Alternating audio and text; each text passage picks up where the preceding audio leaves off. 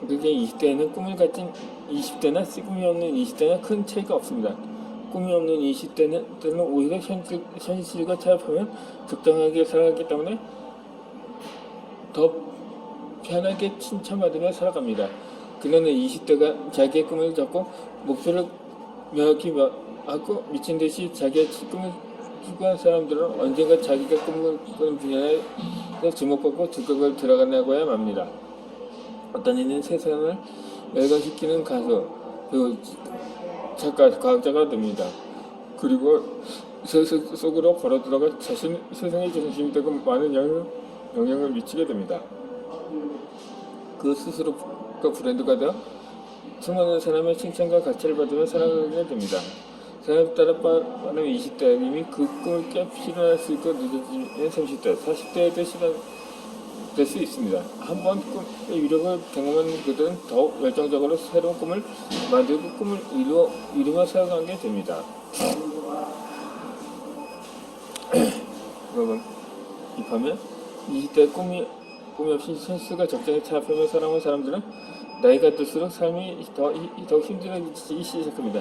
살아가면서 이런 쉽게 가지고 싶은 것들을 이렇게 붙이기 힘들고 어렵게만 느껴집니다. 직장에 있는 진급이 힘들고 무언가 새롭게 시작하려고 해도 도무지 용기가 생기지 않습니다.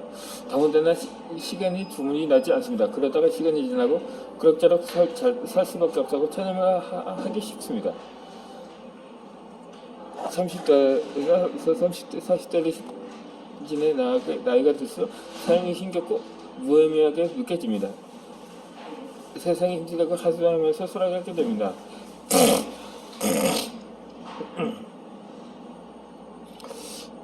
그렇게 한평생을 살지 않으려면 20대의 새로운 목표를 세우고 꿈을 바라보고 나아가는 시간점으로 살아야 합니다. 꿈이 없는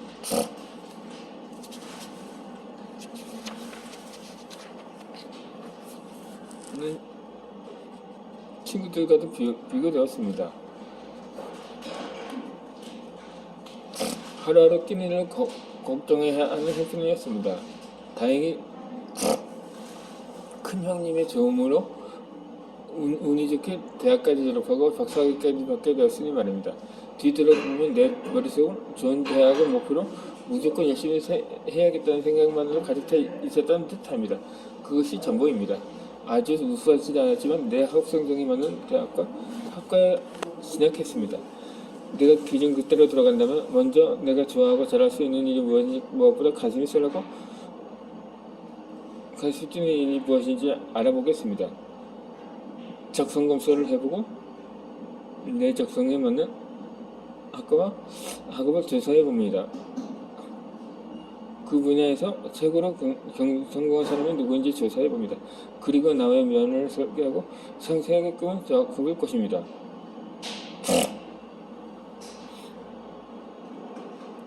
꿈이 생기면 대부분 꿈을 어떻게 해야 될지, 꿈을 이루기 위해 무엇을 해야 할지 고민되기 시작합니다. 꿈은 실행입니다. 머리로는 꿈을 꾼다고 이루어지지 않습니다. 꿈을 이룰 수 있는 구체적인 방법을 고려하는 일이 매우 중요합니다.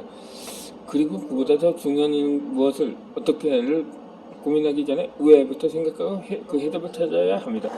꿈을 이루기까지 과정은 결코 쉬운 과정은 아닙니다. 생각지도 못한 장애물일수록 수없이 만나고 그 길이 힘들고 길어지시도 어느 순간 자신감을 잃어버리기도 합니다. 어려운 고민 때문에 다시 일어설 수 있도록 하는 것이 바로 왜입니다. 그 이유가 분명하면 잠시 흔들리더라도 다시 꿈을 향해 나아갈 수 있게 됩니다. 만약 당신이 20대라면 꿈을 찾고 꿈을 향해 나아가는데 용기를 내도 될 만큼 젊은 나이입니다. 100세 시대인 요즘 나 같은 60대라도 꿈을 찾을 수 있다면 찾아야 한다고 생각합니다. 남은 인생도 아직 많기 때문입니다. 앞날에 대한 불안함으로 무엇을 선택해야 할지 많은 선택일지 수 없지만 고민하는 나이가 바로 20대입니다. 그런데 그건 나이가 든다고 사라지지 않습니다. 오히려 어떤 방식으로든 더 선명하게 다가오기도 합니다. 그러니 20대 나이에는 인생에서 진짜 원하는 실천을 찾기 위해 더 많이 방황하고 무너지고 깨져도 괜찮다고 말하고 싶습니다. 나이가 들어 결혼하고는 꿈의 실체를 찾기가 어렵습니다. 젊은이의 특권은 많이 실패해도 됩니다. 다시 일어설 수 있기 때문이다. 그게 자신의 꿈에 가장 빨리 다가설 방법입니다.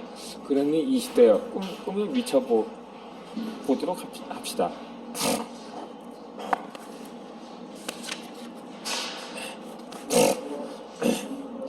나이 가치는 내 스스로 결정을 합니다.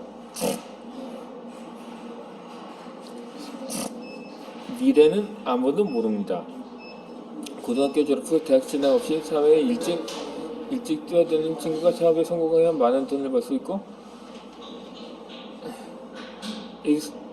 SKY 대학에 합격한 친구가 취업에 실패해서 백수로 살아갈 수도 있습니다. 그렇게 우리는 그 누구를 무시해서는 안 됩니다. 미래는 지금부터라도 바꿀 수가 있습니다. 이 가수 에일리는 오래전부터 외모에 대한 루머로 힘들어했습니다. 언젠가 TV 채널 A의 한 프로그램에서 오은영의 금쪽 성형외과에 출연해서 자신의 속마음을 조심스럽게 얘기했습니다. 급격한 다이어트 가수로서 생명에 성대에 무리가 갈 정도의 문제가 생겼다고 고백한 것입니다. 풍부한 성량과 무쇠에서의 카리스마를 가지고 있었고, 누구라도 그의 실력을 잊지 않았습니다. 그런데도 그녀는 무대에 올랐을 때 관객들의 시선, 그리고 불특정자 다수의 외모에 대한 댓글로 마음이 한순간 편해지지 않았습니다. 불특정 다수의 의미 없는 말과 그 기준에 맞추느라 신경이 쓰였습니다. 그녀는 나 자신이 누구인지, 내가 원하는 것이 무엇인지, 내가 가고자 하는 방향이 무엇인지 혼란에 빠졌다고 합니다.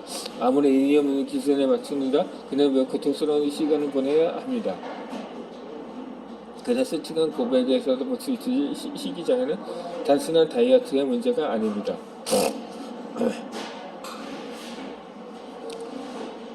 우리는 우리 자신에 대한 한마디에도 자신의 가치, 의미를 자꾸 보여야 하며 그 기대에 머무치거나 조금이라도 부정적인 평가에 안절부절 못합니다. 나 자신보다는 다른 사람, 외부 평가에 간 판단을 근거하여 나를 평가하기 때문입니다. 자신에 대한 타인 평가도 중요하죠. 나 스스로 내리는 자신에 대한 평가도 중요합니다. 나의 성격이 그 누구도 정할 수 없습니다. 누구든지 한 사람의 그 무엇보다 비비기 절제 불가의 소중한 존재이기 때문입니다. 나의 가치는 주변 사람들 나의 친구가 나의 직장에 정해주는 가치에 따라 정해지지는 않습니다. 단지 주변 사람들이 하는 것은 내가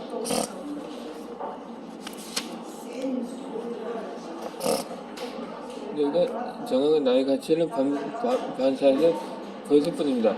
누가 나에 대해서 뭐라고 말하는 어떻게든 평가를 하든 나의 가치는 그들의 판단에 따라 있지 않습니다. 나에 대한 가치는 내가 스스로 정하는 것이고, 주위 사람들이 날 무시하고 평가절하한다고 생각한다면 나 스스로 어떻게 평가하는지를 스스로 들어봐야 합니다. 그들이 내는 저는 평가를 인정하고 무시하는 것은 전적으로 나에게 달렸습니다. 내가 어떤 지위를 가지고 있는지, 내가 처한 상황이 어떤지 상관없습니다. 전적으로 옳거나 잘못이거나 하는 문제가 아닙니다. 나 스스로 가치가 있다고 판단하면 괜한입니다. 그건 내 안에서 어떤 마음을 품고 있는지에 달리는 것입니다. 스스로 가치 있는 걸 소중하다고 정하면 그런 것입니다.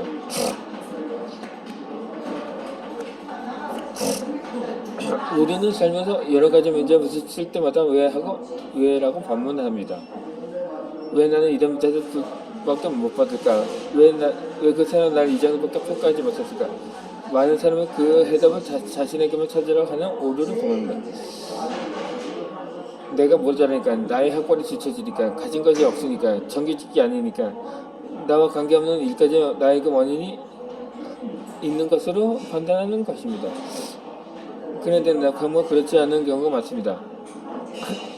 한 정신과 의사가 한 말입니다. 정책 치료 받아야 할 사람은 오지 않고 그 사람에게 상처를 받은 사람들만 진료를 받으러 온다고 합니다. 우리는 상대의 문제를 자신의 문제로 자꾸만 자신을 탓한다고 합니다.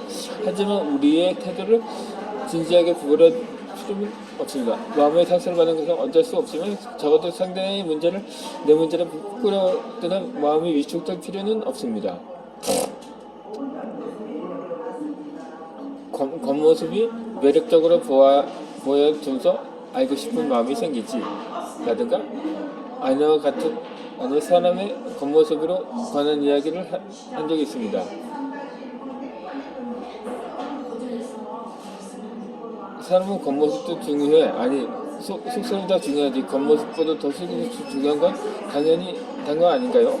아니야. 겉모습도 중요하. 같은 상품이라면 포장은 예쁘게 한 것과 그렇지 않은 상품 중에 어느 것을 뜯어보고 싶겠어요. 사람도 마찬가지 아닌가요? 겉모습이 아름다워 어떤 사람인지 궁금해하고 좀 더 알고 싶은 마음이 생기는 것이잖아요. 솔직히 그 말도 오는 말입니다. 나도 사는 사람들보다 그러니까 원래 능력이 없으면서 자기 자랑만 하는 사람 별로 좋아하지 않습니다. 알고는 실속이 없으니까 하지만 자기 자랑을 하지 않으면 그 사람에 대해 더는 궁금해하지도 않는다는 것을 인정할 수밖에 없는 거죠.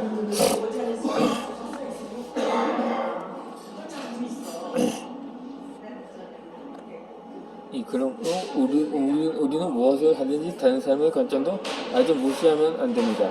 나의 가치는 내가 정하기 때문에 내가 가진 능력의 크기에 비해 10배 또는 100배 크게 보일 수 있도록 해야 합니다.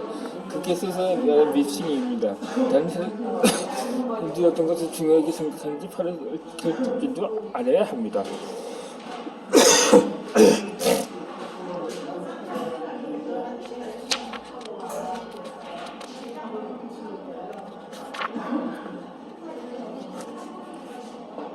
생각할 수 있을 때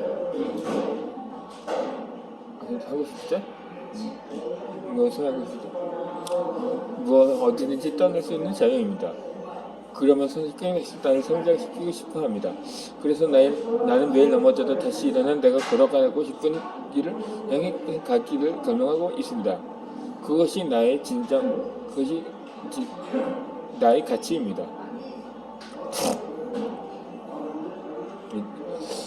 KFC 창업자인 커넬 할랜더 샌더스는 17살 때부터 육군사병으로 생활하다가 40세 전역해서 식당을 차려 크게 성공을 했습니다. 그의 식당은 전미에서 맛집으로 유명해졌고 1950년에는 켄터키 커넬이라는 명예 호칭까지 받았습니다. 이 유명세는 주 상원의원까지 조단했지만 주 자릿수의 근사한 한 표 사이를 낙선하였습니다. 설성한성으로 그의 식상도 헬스제로 인해 펴고 말했습니다. 그의 나이 65살 때였습니다. 남은 대체선이라고는 월 $100의 사회보장금과 낡은 트럭 한 대뿐이었습니다.